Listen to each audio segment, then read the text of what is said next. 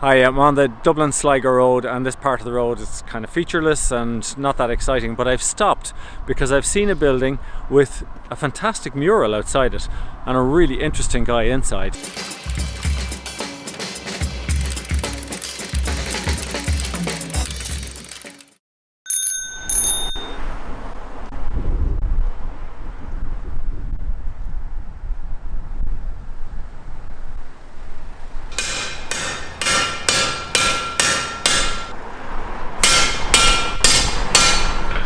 I got made redundant. I was selling phones.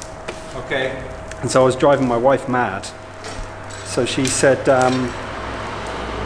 one day, right, what have you always wanted to do? So I thought it would shut her up, to be honest. I'd always wanted to be a blacksmith, but it was a bit of a secret. And so I've always wanted to be a blacksmith, and sure, she went off and found a blacksmith who wanted somebody to help him. And so then she said, right, you can go down and talk to that guy. And then I started that day. I went down there, fell in love with it. Something like that.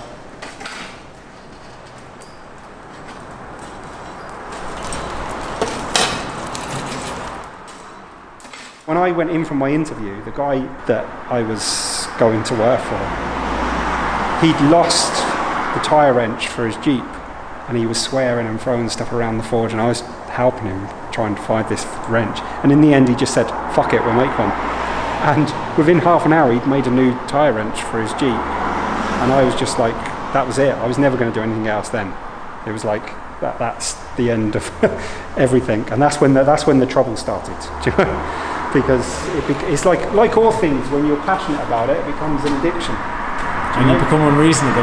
Yeah. I remember being interviewed for this magazine once, and they was trying to find out what my hobbies were. And so I said, yeah, forge work. Yeah, but what do you do when you leave work? I research other forge work. And they don't get it. I was teaching in Nuremberg last year, and all the blacksmiths are inundated with work.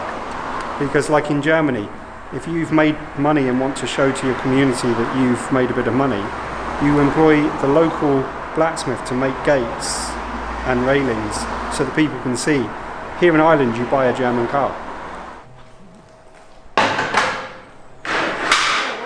Most of my clients are people that they're not looking at the price so much, they're looking at something they're going to leave on. Okay. That they want something that is unique and individual rather than what everybody else has. Right. It's not so much that they want to show off, they just have an appreciation for things that are well made. And so a gate like this that's hand forged is going to last 150 years. Will it? Oh yeah, of course it will. There's no modern welding, it'll all be riveted, and it's all tenons and mortises. And really? So because it's not welded together, and it's all solid bar instead of like tubular steel, then it has a huge kind of life expectancy. Having been working selling the phones, yeah. Were you strong enough to be a blacksmith? Yeah, I did other stuff beforehand. You had the muscles, did you? Yeah, but do you know what? Well, it depends. People work to their physicalities. Okay. So there's ways around everything. And the shortcut would be, if you're a big burly person, you can do this and do that. Right. And it's a shortcut. But actually, there's a lot of finesse in forge work. You don't need to force it. You don't need to do that. And so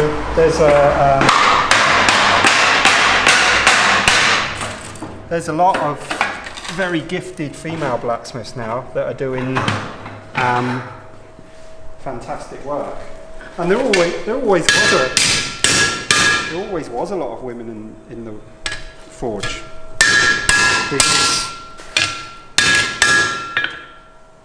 What was there? Well, if you look at the best way to prove it is if you look at the lithographs from the buildings of the great cathedrals in medieval times throughout Europe, you'll see most of the crafts had about a third of the workforce were women.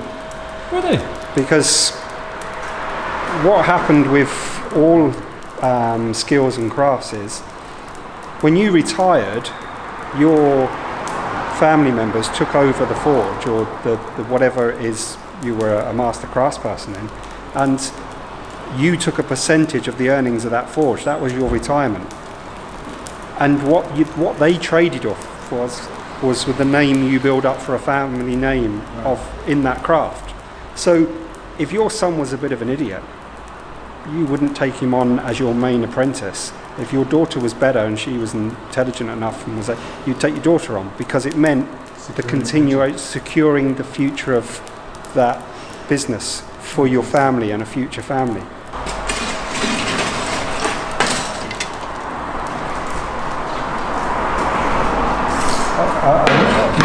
It suited a lot of people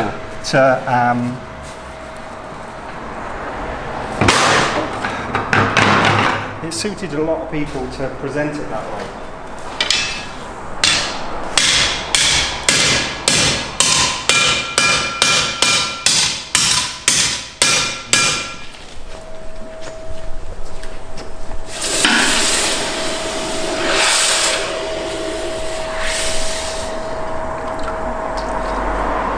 But I kind of equate the rise of depression in our culture with the lack of hand skills. Because the thing is, when you can make something, no one can take that away from you. You can do that. No one can say you can't do it. You've done it. There you go. And somebody coming in saying, that's really good.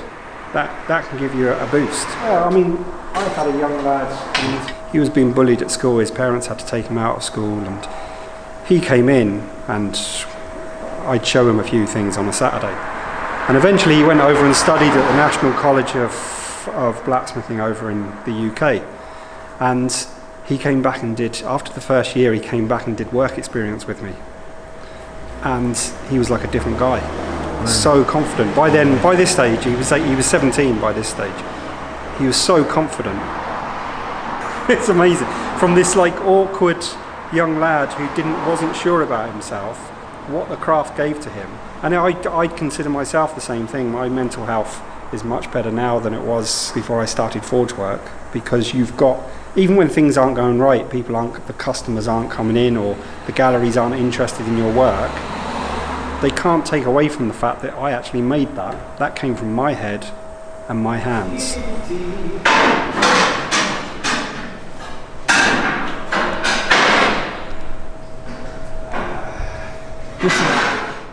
Did you make this piece? This? Oh yeah, I actually that made is fantastic.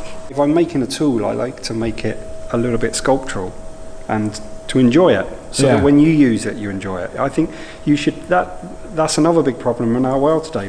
We've got full of things that we use that don't bring you pleasure. When you put your hand on a tool, you should think, oh, that feels right. Oh, that's nice, and you should enjoy the lines of something. And it's an important part of our culture. Not that everything should be highly decorative. That could just be that you put a slight curve in something and it just looks right. So I always tell people one of the best pieces of sculpture ever made was an adjustable spanner, because that could be a blocky thing and it would still do the same, but somebody put curves in that and made it like swoop round and fit into your hand, and that's a pure piece of sculpture. Tool work really is probably the purest form of sculpture.